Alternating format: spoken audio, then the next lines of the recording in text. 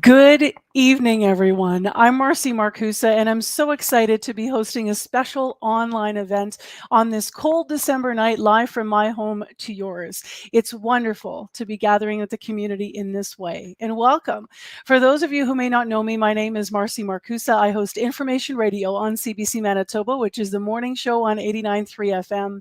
And before we begin, I'd like to acknowledge that my home and your homes tonight in Manitoba sit on Treaty 1 territory, on land which we are gathered tonight, the traditional territories of the Anishinaabe, the Cree, the Oji Cree, the Dakota, the Dene peoples, and of course the homeland of our friends and neighbors who are part of the Métis Nation.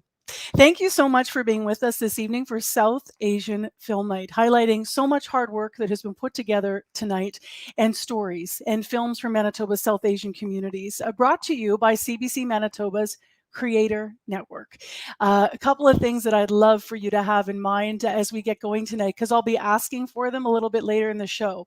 If you have a phone, that's great. And you probably do have a phone with you, because this could help you win some prizes very shortly. So keep it by you, or sneak away and grab your phone and make sure you've got it. I'm going to be asking you to scan a QR code in a little while. And also, I'd invite you to get comfortable with the technology and try out different ways of communicating with us. You're going to see some comment sections. That's your way to be able to ask questions tonight as we carry on with the show, with our program. So I mentioned CBC's Creator Network. And if you don't know what that is, the Creator Network is a national program that connects CBC to diverse local filmmakers all across the country. The goal is to amplify Canadian stories and share unique perspectives. And at CBC Manitoba, the Creator Network is led by my colleague, Robin Summerfield. And Robin is also with us online tonight. I'd like to welcome to our online stream. Good morning. There, you knew I'd do it once. Well, there you go, Marcy. Good morning, good afternoon, good evening. Hi, happy to be here. I'm so glad you're here. I just posted a picture of nighttime Marcy, because people are used to seeing morning Marcy. So I even put on some new earrings for the event. So did I. Did you? I did. Nice. Yeah. Locally made, Yep. like the work tonight, actually, we're going to be talking about. So the Creator Network I mentioned, and you're in charge of it here in Manitoba. Tell us a little bit more about the work. And it's connected with the filmmakers we'll be showcasing, Wasif, Haseeb, and Mandeep, Sohdi. So tell us how you connected with them through the network. Well, my job is all about making connections and deepening our relationships with people and community, and then collaborating with people to tell authentic stories from those communities. So with that in mind, a little context, Lindsay McKenzie, who was our former community engagement producer, she set up a remote newsroom pop-up bureau at Garden City Centre this past fall. And she did that in very close collaboration with Winnipeg South Asian communities. So it was here that I first met Wasif and Mandeep. Now, I had been to the pop-up, but for people who are joining us tonight and didn't get there, what kinds of activities took place there at Garden City? Oh, it was incredible. We had a great opening night. Lots of people. I mean, we were safe because we're still in the midst of COVID, but great opening night. There at the pop-up, there was school art displays. There was a mini art gallery curated, all with South Asian artists, workshops, public talks.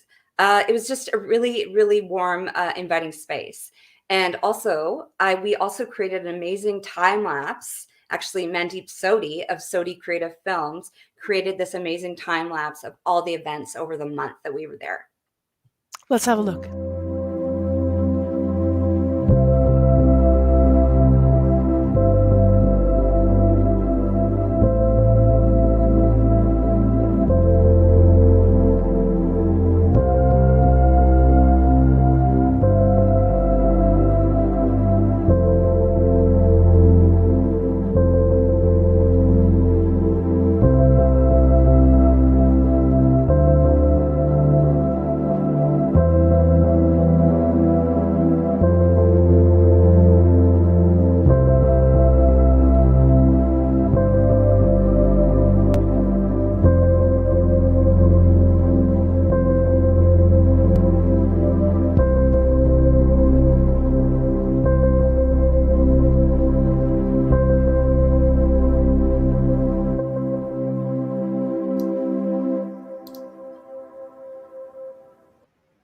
That was awesome. I don't know what your favorite thing about Garden City was, but for me, people might have seen sort of some of the art that was created with the sand that was put down and all the different Hmm. colors and some of that work that was created. I think it was right around Diwali, and it was just Yep. all of the artwork coming out of there was incredible. But I really loved that we found a safe way to connect with community, as you said. It was really special in these It times where was. we're craving that, right?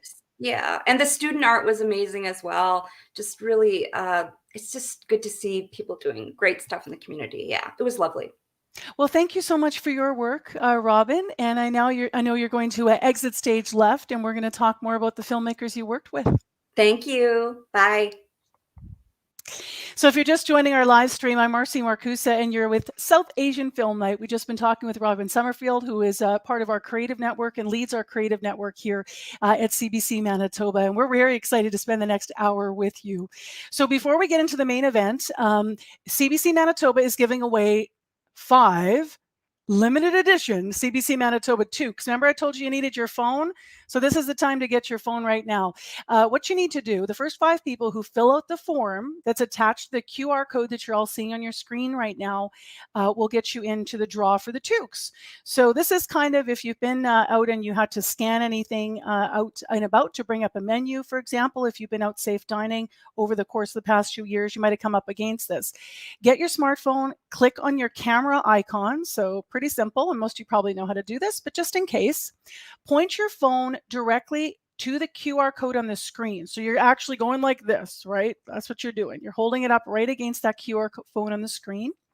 On the code rather, where it says scan me, pretty straight ahead, you're going to be redirected automatically to the online form if it works. So that's how you'll know if it worked. So everybody, hopefully you're holding up phones right now. I can't see you, just so you know, but I'm going to trust you're doing this. So scan away, fill out that online form, and good luck in winning these CBC Manitoba toques. Unfortunately, we're going to be needing them for a little while longer. I was looking at the forecast for next week. And yeah, we're not taking them off anytime soon. But good luck in winning a toque for yourself or for a loved one. I also want to take a moment while you're scanning hopefully you got that scan done, yeah, we'll give people a couple more minutes here. Thanks, Justin. Justin's backstage. Justin Dealey helping out tonight.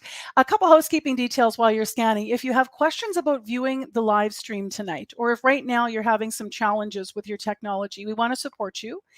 We have a virtual concierge who can assist you throughout the entire next hour while we're with you. So you can send your questions to this email and they'll help you out. communications@winnipeg@cbc.ca. So it's right on your screen there, communications@winnipeg@cbc.ca, and someone will help you through. So hopefully you're not having any challenges. And as I mentioned, you'll also be able to type comments in the comments section on your screen as well. So you should see comments coming up straight ahead. Click on there and type. So if you are needing some help, or if you're wanting to say hello, or later on this evening, if you have questions for our filmmakers, that's where you're going to want to put those questions in the comments section. So feel free to practice and say hello to each other if you'd like to right now. I'd love to say hi to everyone on the comments section tonight. And so let's get to it. Our first film tonight is Unboxing Identity. It was created by filmmaker Wasif Haseeb. Wasif is a filmmaker and digital artist based here in Winnipeg. He got his start in 2004, working on a film that was shot on his family's webcam. Then he went on to experiments with various media forms like animation and game development. And in the following years, he would return to filmmaking in 2009. Over the past 13 years, Wasif has produced hundreds of projects, from narrative films to TikTok reviews. His work has most recently been screened in places such as the Gimli Film Festival in 2021 and the Muslim International Film Festival also in 2021. But tonight, it's debuting here for CBC Manitoba's Creator Network's South Asian Film Night. This is Unboxing Identity. Enjoy. This is Wasif Haseeb's work. Do I have to make a film about being South Asian? I'm Wasif Haseeb, a second-generation Indian-Canadian filmmaker. I've always been pretty comfortable with my identity, but when it comes to telling stories about my identity, I find myself hesitating. On the one hand, I feel a responsibility to share South Asian stories, but on the other, I don't want to be put in a box. So I've decided to reach out to 2 other creatives to find out how they connect their art with their South Asian identities.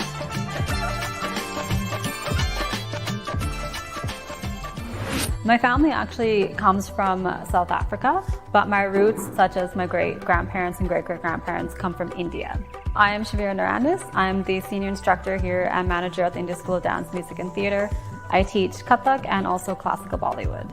So one day when I was 10 years old, I told my mom I wanted to do tap dancing, and then she got excited and signed me up for Kathak classes. When I did my graduation, we didn't really have any more teachers at our studio at that time for Kathak. And so it became a part of me wanting to give back to the school. So I wanted to teach the younger kids, make sure that they had a teacher available. I didn't really think about my identity when I was a kid. I didn't really think about how to connect to the community or what does it mean to have my ethnicity. I've been so focused over the years on keeping in touch with my culture and heritage through this dance school and then through other events in the community. But because I've been so focused, it kind of felt like I was in a box. Last year, I did start tap dancing lessons, finally. By being able to have these establishments teaching our students and just teaching the community around us, we are passing along centuries of information, not just learning how to dance. Growing up, I tried making films about my culture, but every time it felt like I was falling into the trap of stereotypes. So after that, I just avoided the subject altogether. I didn't have something like a dance school where I could connect with other South Asians over a passion for the arts. So anytime I made films about my South Asian identity, I had to ask myself, are people laughing with me or at me? On top of that, the representation I saw in the media just didn't feel like it was reflecting me. But one of the areas where that's changed is on social media. I'm Akshit Basoor. I am from Jammu and Kashmir part of India. I came here 3 years ago in Canada as a student. My channel is True Indian Akshit. So this is where I create videos for students and all the people who are, very hesitant to come to Canada or any other international countries. तो कैसे हो आप सब? अपना loan जो है वो कैसे रीपे किया? कि स्टडी और वर्क के बीच में बैलेंस कैसे किया जाए? So the main reason that I make content is not that I came from India and I have to, let everyone know that this is happening, but it is just something I like, to be frank. And yes, that comes along the way that people are getting something out of it. It's a big responsibility to deliver the right information because I know that whatever I'll be speaking, it will matter. From Shavira teaching an ancient dance form, to Akshit speaking on issues South Asians are facing today, to me trying to bridge the gap in between. We all engage with our culture in different ways as artists. What I've realized is there shouldn't be a box. Our connections tie back generations in South Asia, with our parents and with those who came here themselves. Our stories can't be captured by a few stereotypes. For me, I have to find the stories I want to tell. Having my voice out there will always reflect part of my South Asian Canadian experience. Do I have? That's Unboxing Identity from Wasif Haseeb, and as you can see, Wasif is with us now. How are you doing? What did it feel like to have your film debut tonight, Wasif? Yeah, it's been great to kind of have that out there now, have everyone experience it, and kind of just see my personal journey and sort of the journey explored with those other creatives. Thanks for having me. Thanks for being here. I'm so pleased that, as you said in the film, that you tried to make films about your South Asian identity, and then you found falling into those stereotypes kind of made you almost leave the craft for a while and stop trying.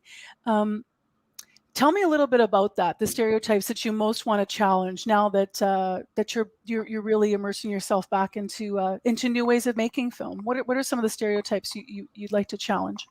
Yeah, well, one of the things is growing up, I didn't really see that much representation from South Asians in the media here. So it often felt like if there was someone from my descent on screen, they were kind of like the butt end of a joke. Like if they were playing off sort of, I don't know, just their accent or kind of like their family structure or like the lifestyle. So it kind of just felt like, hey, if I wasn't telling a story that had to do with those specific characters, the audiences were used to seeing that. Almost felt like people weren't interested in that because that was what I was seeing on screen.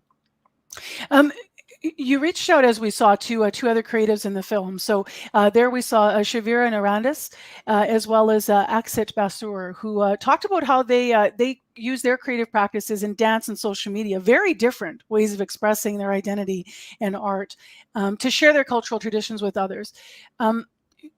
when you look at their different experiences, what did you learn sort of about your own filmmaking and identity by making this film? Well, one of the things, yeah, exactly as you said, their experiences and their forms are so different. But I found it interesting that there was actually parallels to kind of what they had experienced, not only between themselves, but also with me.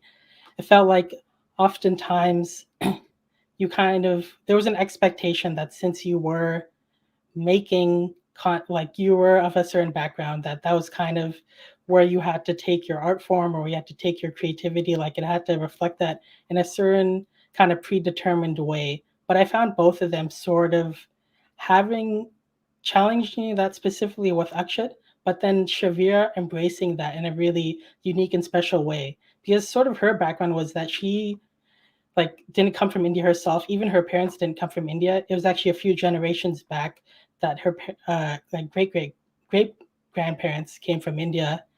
So this was a great way for her to kind of connect with her culture and sort of, yeah. Sorry, I think No, you were. please go on.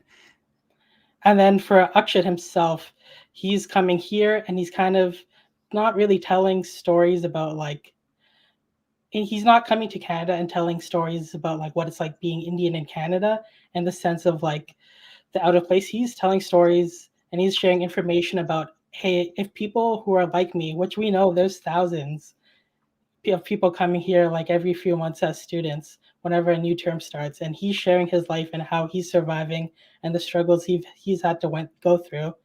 And I feel like those types of stories are so different from the stories that I was hearing kind of growing up and seeing on screen. Like I would see people like, not to throw one up, but someone like Raj from Big Bang Theory. That was a student coming here, but he was often played out as a joke. But having someone like Akshat kind of on social media telling his authentic story, that really kind of inspired me as a filmmaker to realize that, hey, there's so much more diversity, and the lens and the scope of all these stories is so much wider than I was kind of thinking before. And there really is an audience for all these kind of different ways to interact with our culture. It's how important was it? We saw in the film for Akshat being online and having all those different social platforms. Once that was available, it sort of widened the net naturally. You talked about social media in your film. How have platforms specifically like Instagram, YouTube, TikTok? We mentioned you've done some work on that platform. How's that opened the media landscape specific for South Asian voices? Do you think? Yeah, they've been huge and instrumental. Really. Like I even go and I sort of mentioned in my film, YouTube is really where I kind of got my start and became interested in the medium. Unfortunately, I was kind of seeing content that after a while, it really didn't feel like it was reflecting me because it felt like it was falling again into that stereotypes, whether that was their intention or not. But I think as a whole, it's really allowed creators of any background to kind of just put out their content and find an audience without kind of being filtered in a predetermined way by other media. Um, we want to invite people to ask questions. I have a few more of my own as well, Wasif, but I just want to remind people, if you have questions for Wasif, you can put them in the comment section. They'll get through to us here, and then we'll get them into our discussion. Also, if you have questions and you're just not quite ready to type one in, you can certainly continue through film night. We'll watch some more of the films. Wasif will be back later, and we can maybe get some questions answered then. There is one here from Gabriella. What's your next dream project? Like, what story do you think needs to be told? Well, it's actually not a specific story, but something when I was working on this project in particular that really spoke to me was that idea of the life of what students coming from India and overseas are experiencing here, and especially during COVID times with the loneliness, the isolation. I mean, there was a photojournalism piece that went up a few months ago with another local photographer who collaborated with the Newsroom Bureau, Prabjot Singh Loti, and he captured the lives through photo of a few different international students in here. And basically, the image is an empty apartment with a camping chair, a laptop, and then a student kind of studying all night while he's trying to work and make ends meet elsewhere. So that I would really like to be able to explore a journey from beginning to start, how someone goes from kind of that vibrant multi-generational life in India to choosing to come here and go through the struggles to follow their passions and chase like career aspirations here in Canada. Yeah, I'd met Pravjot, as you know, because I'd met you as well at the pop-up, and he did some incredible photojournalism through that. I hadn't seen that piece yet, though. I'll have to have a look for it. You yourself started in filmmaking. We mentioned this a bit in your bio, but I think it's just kind of cool. I mean, you're very young and you pick up your parents' like camera and just go for it. What did you Yeah, shoot? yeah, basically. Well, even before that, I was really into writing stories. Like, I would basically coerce some of my friends to just like act out certain things I've written that I would build out like charts and explain all character bios and like make storyboards. And I didn't even have an intention of filming them because that medium at the time was kind of inaccessible. But then really when we got that webcam, it was like, hey, I can just plug this into my computer and then just edit it right there instantly and just see it. And that really kind of opened the door for me to explore that. I love creative people. The first people we always rope in are our friends and family. Uh, I've put on many famous productions when I was 12 years old in my parents' basement with my cousins. This is basically exactly that, except I had a webcam to film it. What inspired you to get into film when you look at some of your earlier creative influences? Like, was there a filmmaker that you started to want to emulate, maybe, or look up to in particular? Well, I think one interesting thing is, as you know, in the South Asian community, there's a lot of pressure to not pursue sort of creative careers. Like, it's okay if it's a hobby. Even then, it's like, it's kind of a waste of time. That's sort of the mindset. But it's funny, actually, someone who's going to be featured here later tonight, which is actually Snow Angel Films, Neelafar Rahman and Sarah Rahman. I feel like on a personal level, if I really have to look at who inspired me to actually take film seriously and see what they can kind of do with the medium and just like telling stories, really what I learned from them, which is being the biggest thing, is there's stories that are personal to me and relevant to me that are actually worth telling. And that's been probably overall, if I had to pick one, it would be the biggest influence. What are you most excited about in terms of Manitoba's film scene, and being part of the growth to make it more inclusive to South Asian filmmakers and artists? Well, yeah, Manitoba's film scene, if people don't know, we're even on the professional level, we're jam packed. Like in terms of scheduling, like we have productions going on basically to max out crew, and we're always looking for more people. In fact, bringing more diversity and bringing stories that actually reflect sort of the DNA of Manitobans as the demographics here is changing, the communities here are changing. So we really need all different voices to come in here. Like Manitoba is becoming basically a hotspot for film production in Canada. People don't realize, but there's so much going on here, so much opportunity that really, there's just a lot that can be done. Well, congratulations on Unboxing Identity and the debut tonight, and we'll talk to you a little bit later in our stream. All right, thank you so much.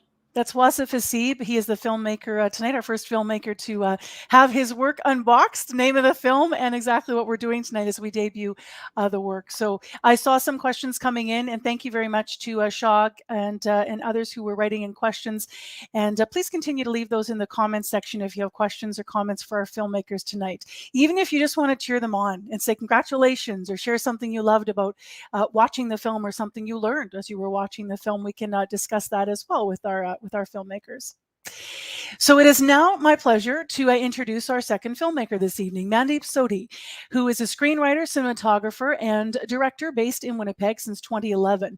But he's worked for over 13 years in the film industry in India, in the United States, and in other places in Canada. He's won 2 national awards in India for his docudramas, and his music videos have been nominated at national and international music awards in India, Asia, and Sierra Leone. Mandeep won the ACTRA Manitoba Golden Boy for Most Outstanding MIP for his short film, The Perfect Little Plan, in 2015. He's written and directed for television and has had his films as well broadcast. You might have seen some of them on Bell MTS, on Super Channel, and on various on-demand platforms as well. We tonight will be screening 4 of Mandeep's short films. The first 2 are artist profiles on Azka Ahmed and Gurpreet Sira. Enjoy. I'm working on how to incorporate all the intersecting parts of my identity in my work. You sat alone in fields before flowers for hours, hoping they'd teach you the art of opening up. My name is Azka. I am a multidisciplinary artist. I've experimented with poetry, paint, drawing, and more recently film. That spring you eased the seeds of friendship and trust within my desolate soil, pleased me as I appeased you and remained loyal. Art to me is putting my feelings and thoughts and emotions into something tangible. It's how lines and colors and sounds work together to express what's going on in my head or my heart. That spring, I taught my timid petals to turn towards you and open up. That spring, you made me feel beautiful enough to be picked, alive enough. So right now I'm working on film and spoken word. I first dived into film in March of 2020 when COVID first hit and we were all stuck at home. And we had all the time in the world to create, and I just started filming things at home. Hey, I know it's late. And I know it's been a while since we spoke, but with all this time on my hands, I've just been thinking. The biggest influence in my life for my artwork has to be the people who support me, whether that's strangers or my loved ones. Anybody who has reached out to me and told me that my artwork has made them feel something, push me to create something bigger.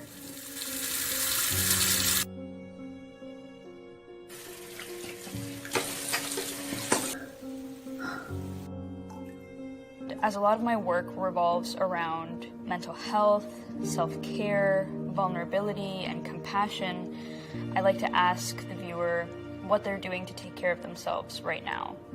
Have they spent some time inside their mind lately?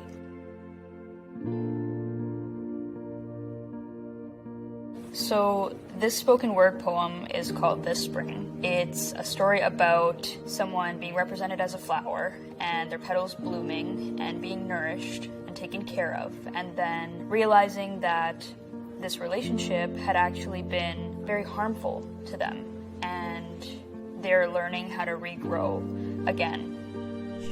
And now I'm left wondering if I was ever something you cherished.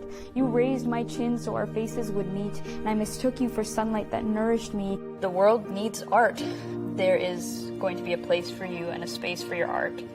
And if you feel like there isn't, then you just have to make it. People want to see your art, and you might change somebody's life.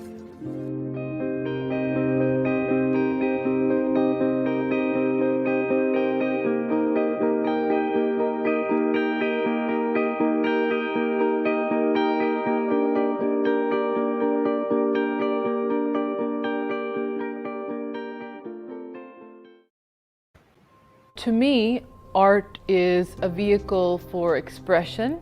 It's a way to talk about things in society that are not necessarily easy to talk about.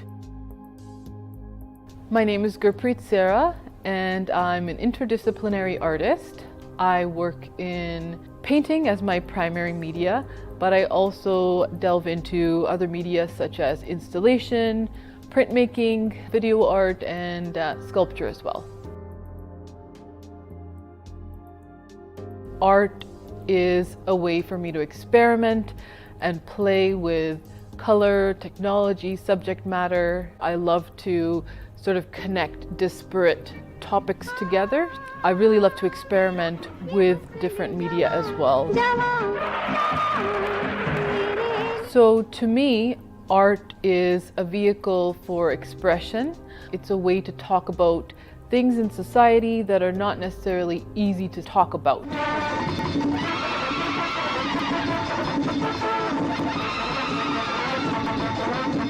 I've been in this field of work ever since I can remember. As a child, art was my favorite subject.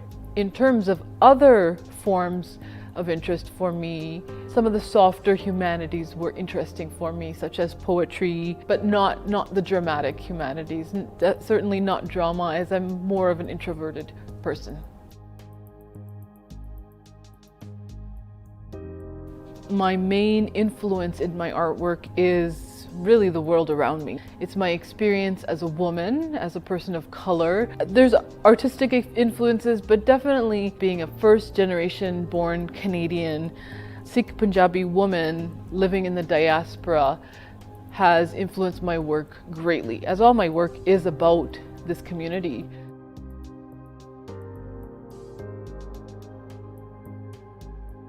Generally, I would prefer asking a question because it leaves more imagination space and more ambiguity for the audience to take time to engage with the work. Because the question makes you think automatically, what is this piece of work asking me to do? Because it's not a straightforward read. I can't clearly understand it in one glance. There's never really one interpretation of an artwork. This piece is called Caste. It's recreating a map from 1780, and the map really focuses on a region of Punjab, India, where there are Sikh missals or Sikh sort of bands or tribes that are in power at this time. My intervention is to write the caste associated with the missals in Punjabi because I really wanted to talk about caste. I'm definitely against caste. I don't think it has a place anywhere in society, especially when we're living in Canada. Then my relatives in India, I still see the dowry system. I still see having children frowned upon. I see all of these things happening and it's very upsetting. So the caste system is just another thing that really needs to go. Art is so valuable to society, and in this day and age comes in the form of social media, illustration. There are so many avenues these days. It doesn't need to be a hobby. It can definitely be something that is pursued. It can be a lifelong career. It can be one of your careers. I would encourage anyone with a passion, anyone with a drive to make a statement, to critique the world around them, to do it. Pursue that passion.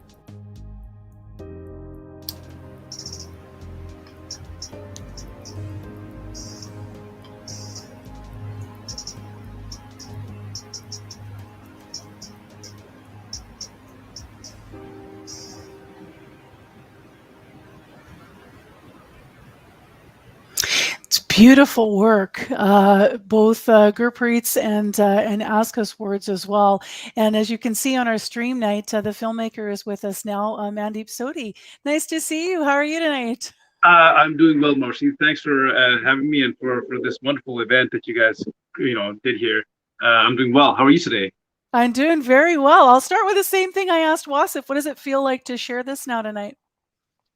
It's actually a good feeling because they've been these pieces were done when we had the pop-up, and now that they're out, I'm glad the filmmaker, the artists are able to view them, and people who know the artists and their views on what their art is out there, and it's for the world to enjoy. It's interesting. We were talking about, we'll talk about the work, but I want people also to know a little about you. And I want to build on something Wasif said, because Wasif said that, I think he said, as you might know, Marcy, in the South Asian community, in his view, you're not always supported to be an artist. And you actually were encouraged to be a physical therapist. You trained and became a physical therapist. Is that right? And then you found your way back to film? Yes, that's correct. And Wasif is absolutely right. In the Indian community, since I was born and brought up in India, I spent 30 years there before I moved to Canada. You are either a lawyer or a doctor or any other profession, or an engineer, any other profession which is solid and which can make you money. Art can be a hobby. My parents, they weren't really happy when I unplugged from physical therapy and replugged into film at 28 years old. And they said, we'll see how long you'll do this. You'll come back to physiotherapy. I'm like, oh, I don't know. Because having the satisfaction of creating something from nothing is just the feeling that I live for.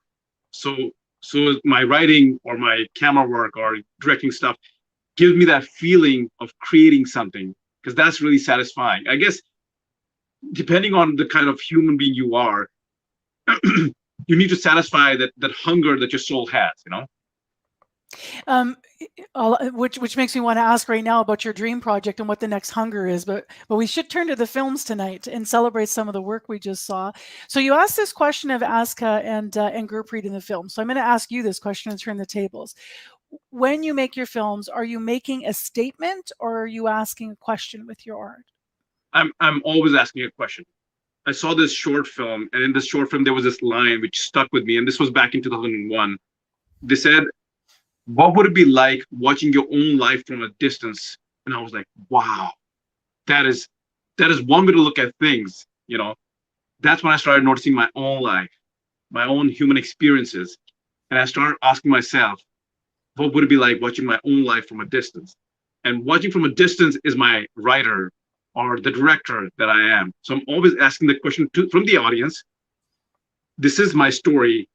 What do you think it is?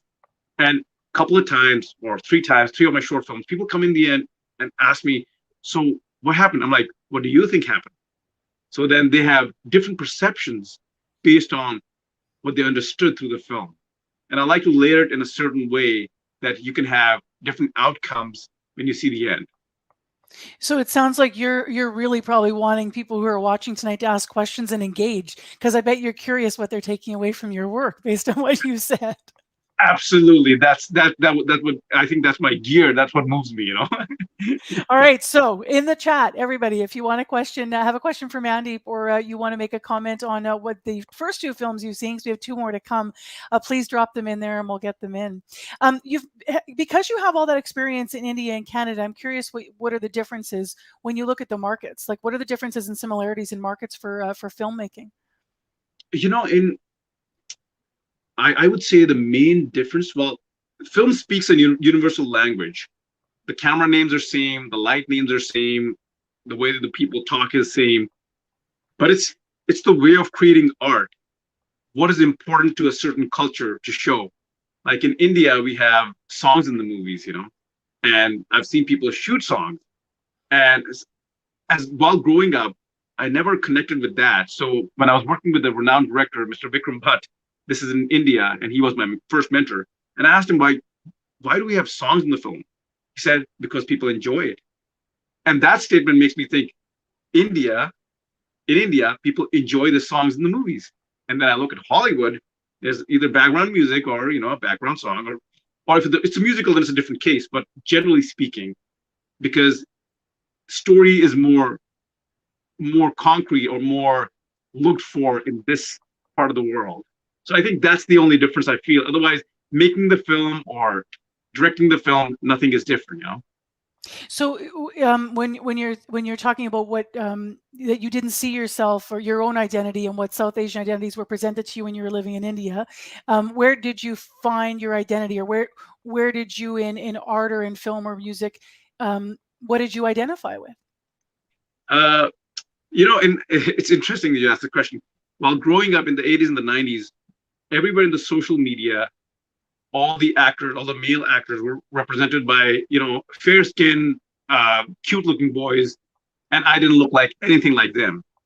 So in 1990s, the cable TV hit India, and I started looking at cable TV. And when I started looking at people who looked more like me, I guess, a little dark-skinned, then I started having my influences. So my influences came from, Denzel Washington or Wesley Snipes back in the day, or Dave Chappelle in the 2000s. So my earlier works in India were actually those, and people were surprised to see something really different and really unseen. And it was unsettling, but yet it attracted attention, which gave me the opportunity to have a social dialogue when it attracted attention. So my influences came from people who were actually from this part of the world through cable TV. We're the same age. I'm just, all the references you're making, we got to be right around the same age when you're talking about the 80s and 90s. And I'm looking forward to this year, yes. Yeah, a little older, but I feel like I can see right away what you're talking about when you're talking about what was predominantly on screen. Because I think for those that are much younger than us, like there was, I know I'm going to sound like I'm really old, but there was nowhere else to look anywhere in the world. Like we were not connected like we are now. There was not all those voices out, all those niche. You can find you can find an audience and you can find connection in so many places now. So it really wasn't like that. We do have a question for you here. This is coming from Shirat Patel. It says, Mandeep, we're seeing more racialized directors celebrated and magnified in spaces like Hollywood. Do you have some thoughts on what might have, what has stimulated that change? Great question. That's a good question, actually. That's why I'm going to take a second to think about this. To answer that, I would still like to point out that M. Night Shyamalan, M. Night, and then Mr. Shekhar Kapoor, they've always been international with their ideas. Because I always say a good film is a good film is a good film.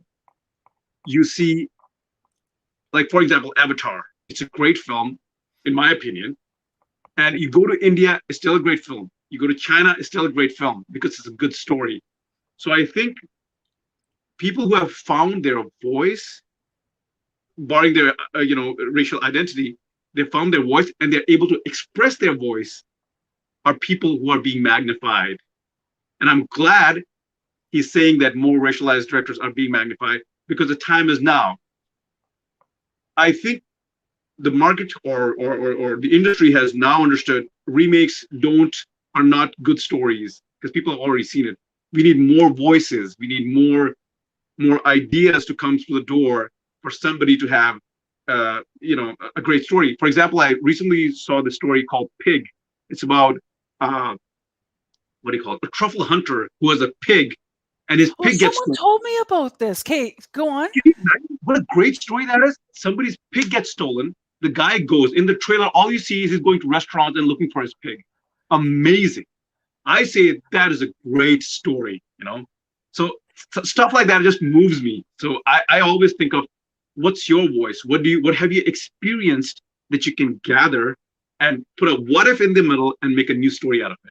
I can feel you. You're one of those filmmakers that sees stories everywhere. Yeah, I do. I'm listening.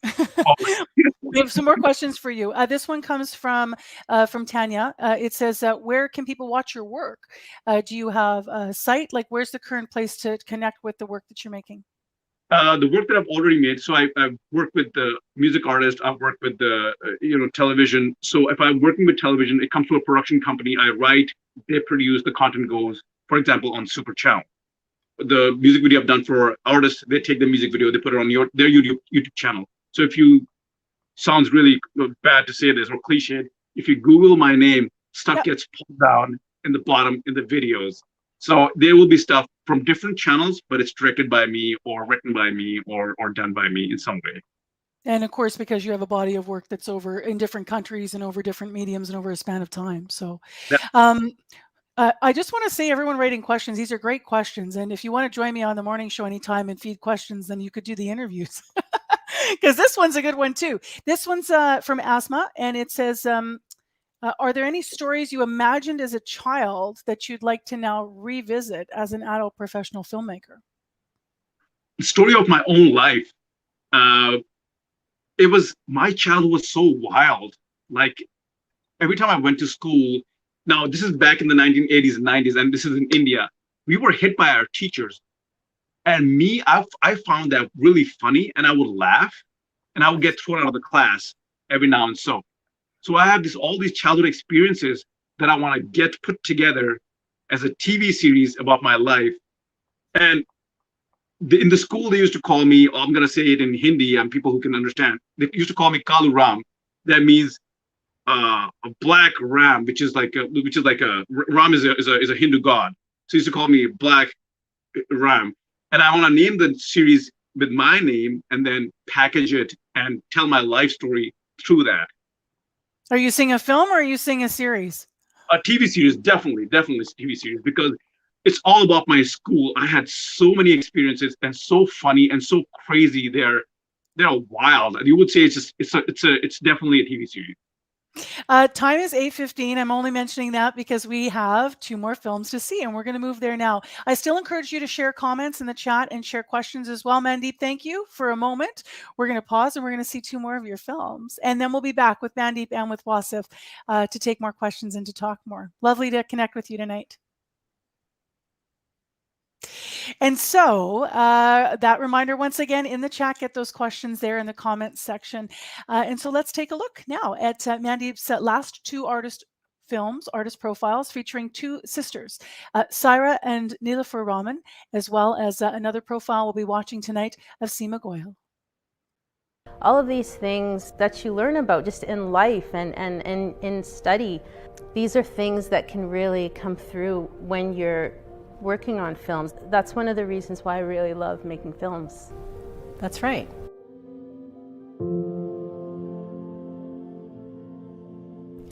Hi, my name is Saira, and this is my sister Nilofer, and we are Snow Angel Films. Filmmaking kind of is a beautiful thing because you can transition from so many different art forms and even fields. Speaking of, I talked to Yasmin Vahed. Oh, that fat cow. Fatima. She came up to me before they called us in. Art is and always has been an escape, a refuge, whether I was creating or whether I was enjoying someone else's art. And I think for me, if I didn't create, I would feel that a part of me is kind of dead. I think also I would say art is a way for me to communicate with others. When you consume art a lot, you really notice how you're feeling, you know, what's happening. And you don't even necessarily think right away, you just feel. And I think art has that power to sort of connect people in a way that's very like visceral and very deep.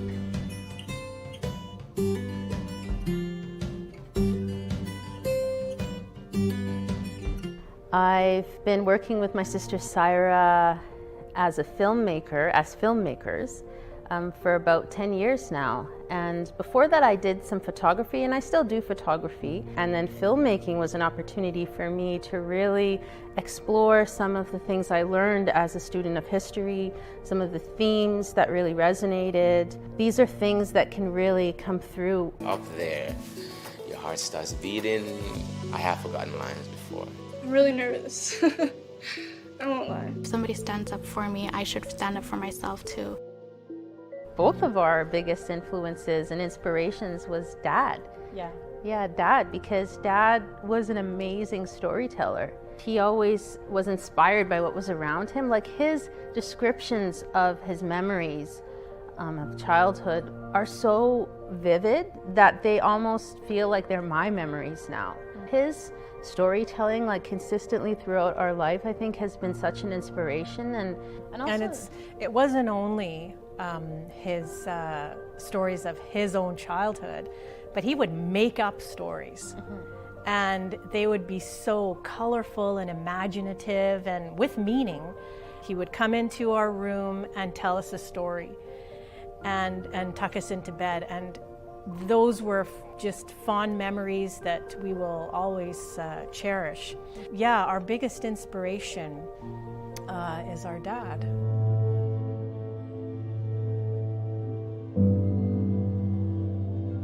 Our first feature documentary was called Arctic Mosque. It was about a mosque that was built here in Winnipeg and shipped up to the Arctic for the few Muslims that live in the Arctic. And then another piece was also I had done, and that was focusing on our very good friend Sadia Durrani, who was doing some stand-up comedy at the time, and she was writing for Little Mosque on the Prairie. So we thought, this is perfect, we'll do a short documentary on her. So that was a fun piece. No one stops for pedestrians anymore. I guess I didn't cross you to safety. I should have let you guys go. My mom is a white Canadian Christian, and my father Pakistani Muslim. We like to put the fun back into dysfunctional.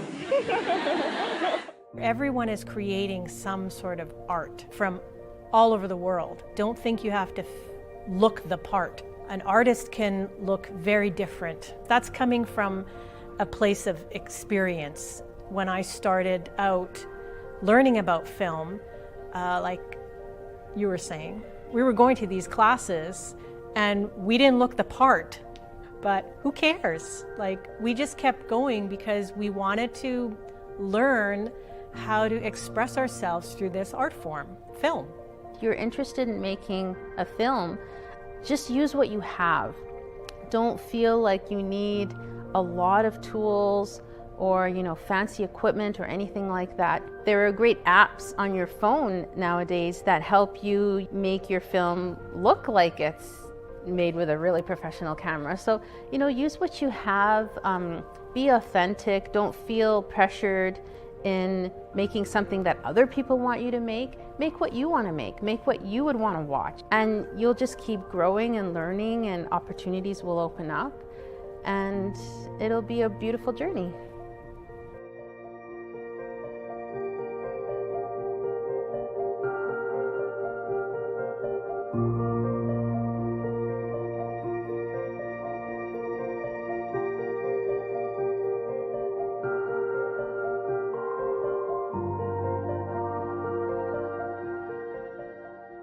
So art is something that happens between the object and the viewer. It is neither of those things, though. It's the in-between.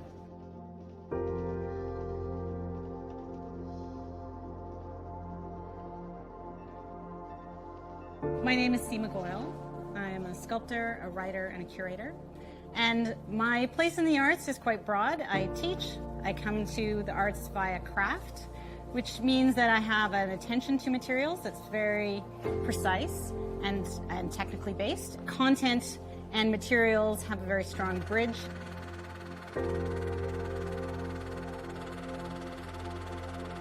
So art has the potential to bring new ideas, to challenge us, to help us think things through. But it's a process that we need as humans to navigate our experience. So art is integral to how we navigate the world, how we think about things, how we relate to each other.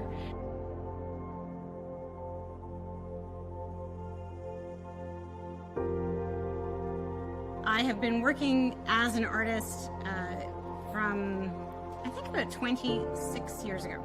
It began in glass, but it ended up in ceramics, and then it moved to sculpture and drawing. And of course, when I went to art school, I learned how to paint. Then I ended up discovering a love of circuitry and interaction and engineering. My work is a big schmoz of the many different kinds of materials that I've been exposed to in my life through study and through just being human.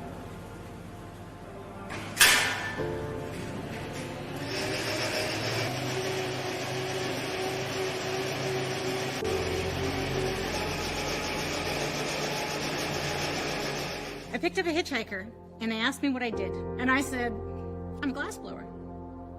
And they asked me a bunch of questions. I answered all the questions, just like out of the air. I answered these questions. The hitchhiker got out of the car and I drove back home and I called a glass studio in Vancouver and said, I'd like to take a workshop. And I was so lucky. They had a workshop the next weekend and there was one spot left.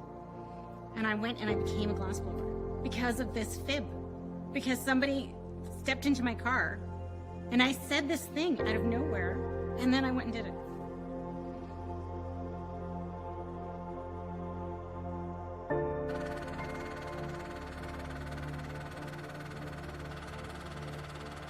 My work comes from a place of contradiction, and I want my audience to engage that contradiction and discover it themselves. So they're definitely asking questions. I don't tell the audience what to think, but I've brought them a very specific set of parameters, and I'm directing them towards thinking something.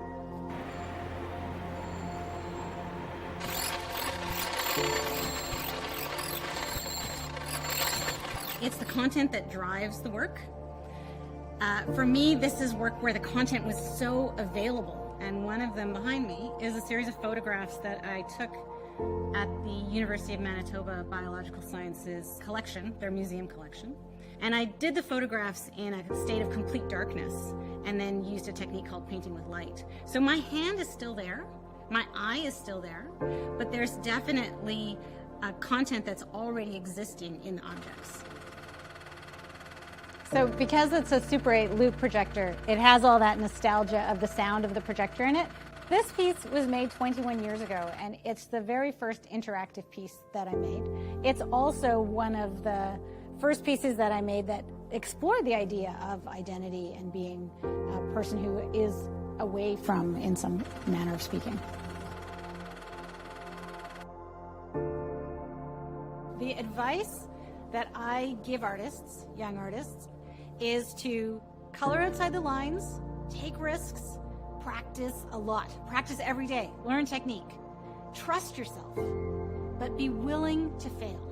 And understand that as you go along the path, you're going to make a lot of things, and they're not all fantastic. You need to let those things go. Make them because you need to make them to get to the good work. So take the risks and let yourself make all the junk you need to make, and then put it aside. You'll find the good things. You'll find the serendipity, the moment of lightness. Just give that gift to yourself.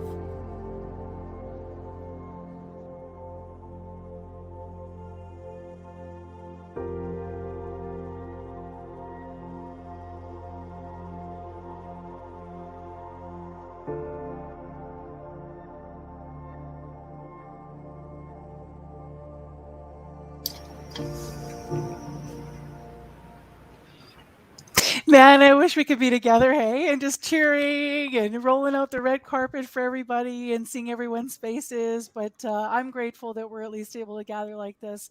What wonderful work, Wasif and Mandeep. Really enjoyed that. The Raman sisters and Seema sharing that story, Mandeep, of how she said she was a glass blower when she, like knew nothing about it. What a story that was. That's amazing. Isn't that great? Like saying something and the universe kind of bringing it to you, and you're like, okay, I'm going to do it. What was it like for the two of you? I alluded to how it would be lovely to be all in sort of one theater tonight. But speaking of the pandemic, what was it like for you, Wasif first, and then we'll go to you, Mandeep. What was it like for you making your films during the pandemic? What challenges did you come up against? Yeah, it was interesting. I mean, it definitely, just for one of the examples, that dance class, it might have been a happy accident because I think we got some great footage there. But really, originally, I wanted to actually capture a different dance class with a lot more students. So I really had to kind of change the scope of this. Really, the process of making that honestly was just me as a solo filmmaker. I didn't have anyone else on crew. Just going out and shooting with these people. Just a lot of that was just because of the restrictions. So it's just been a different, interesting process. That's for sure. And how was the process most different for you, Mandeep, because of the limitations that the pandemic has given us? Yes, we shot all these pieces inside the newsroom bureau / the artist space, and then our wonderful producer Robin Summerfield had the idea to make them timeless, and then we made them timeless, collecting their art from before and putting it together as a piece that'll live on even when the artist bureau is gone. So it was great. Yes, being in the space and wearing masks, and it's shooting during the pandemic. All those things just feel a little not too natural, but we had to do it for safety of everybody, right? That was the only challenge. I wouldn't say it was anything different other than that. We do have a question here. This is for Wasif. It's from Samia, pardon me, my eyesight is failing. It's about the process, Wasif. Are you more inspired by specific people, questions in your mind, or by like a geographical place? Like, what are the inspirations for your work usually? Yeah, I'd say the inspirations often they come from everywhere. Like, it's really hard to pinpoint. I feel like I find inspiration from just about anything. Like, even kind of going back up to my brought up, like I was never really the type of person who was like obsessed with movies or watching movies all the time. Like, my first film was inspired by Saturday morning cartoons, and then video games I played, and then a couple movies I saw, and then a couple stories that friends told me. Like, really, I find myself drawing inspiration from anything that speaks to me. Like, it's never really one place. You talked about the Raman sisters inspiring you. They're so lovely, having spoken with them on CBC over the years.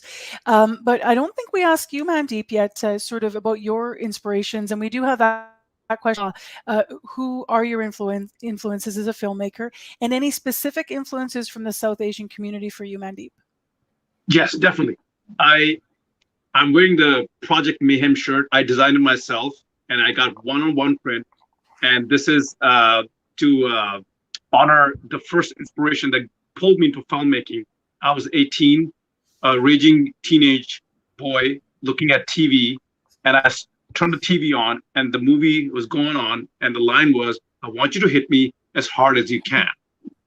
And that blew my mind. I was there watching that film. And the way it was in India at that time, you could watch a film, prime time, 8 p.m., and it will be re-aired at 1 p.m. the next day. So I came back from college early just to watch the whole film, because I started watching it from the time Norton hits Brad Pitt in Fight Club. This is my first inspiration. And I really like David Fincher's work because it's slow burn. He grabs you by the neck and doesn't let you go, and you just can't pull away from the work because it's so interesting. And from India, Mr. Vishal Bharadwaj is my inspiration. He makes such good film. Again, same thing. He doesn't let you go. He just grabs you by your hand and he says, "Look me in the eye," and you can't just look away. The effect of that kind of effect from a story is the effect I would like to create in my film. That you can't look away because the story is so interesting. You blink your eyes and you miss something. Same with Christopher Nolan.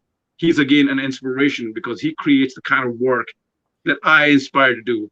And my influences come from human interactions. How lovely, how unique, and how complicated they are, you know? More questions coming in. This one is for Wasif, and this is now turning the tables, a question that you answered earlier around, are there any childhood stories that you imagined as a child that you now want to revisit as a professional? Well, I think one of the interesting things is when you're a child, your imagination kind of runs wild. There was no qualms with me kind of just running around with plastic swords and pretending I was in a giant castle.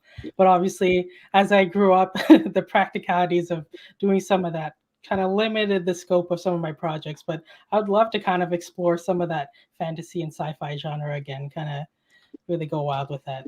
What's your fave? Like, do you watch a lot of sci-fi fantasy movies? I do, so that's why I'm asking. Yeah, I mean, I do. I don't know if I have a favorite. Yeah. I mean, this is a weird one, but I really like the Alien series. Yeah, yeah, for sure. I'd say that's probably my favorite series. This is coming from another question from Shira Patel. It says, as two male directors, you both showed deep care in highlighting and celebrating female South Asian creatives. Why was that important to you? Wasif first. I think one of the things that gets lost is that, like, coming up as someone, a South Asian filmmaker, it was great to kind of see myself and like others like me kind of having their voices out there.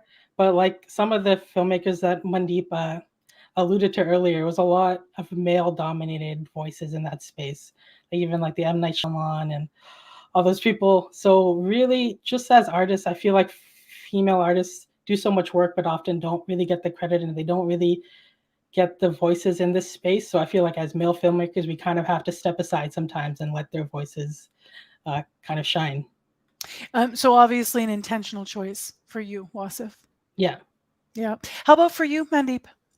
I felt the responsibility to do what I need to do, to disappear and let them be the best they are naturally.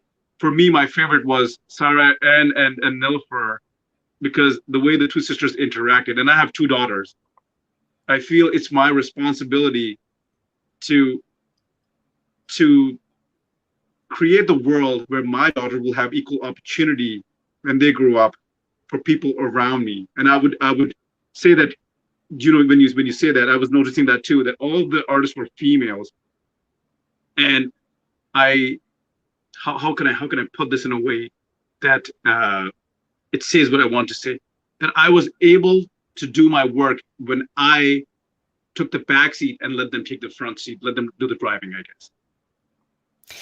We're going to wrap on that question. Our time is up. The night has flown by. I don't want to leave without giving you one more opportunity for where people could reach you.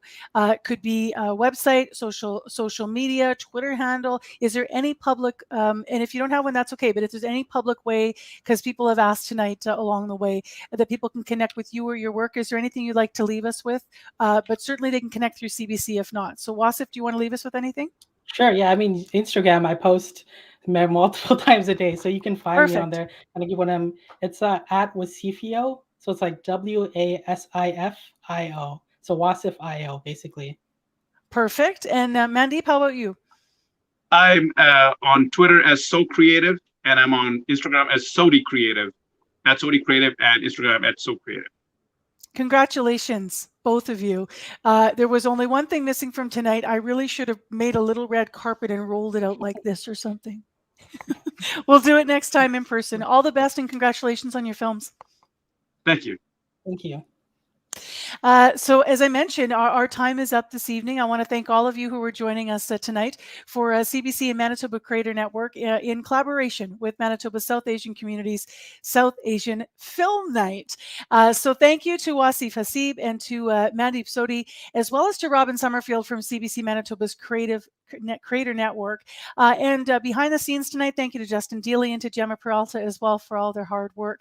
Thank you for watching, for listening, for engaging with CBC tonight, and for the wonderful questions that you sent in. They were just really awesome questions.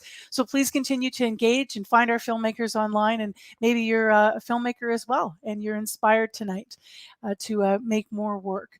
Love to see that too. So connect with CBC anytime. I'm Marcy Markusa, and signing off for tonight. You can catch me every weekday morning on Information Radio on 89.3 FM. Starts at 6 o'clock, and you can always connect. I always like to say I'm the only Marcy at CBC, so radio 893 at cbc.ca if you want to connect with us that way. And thanks again. Thank you so much for being with us.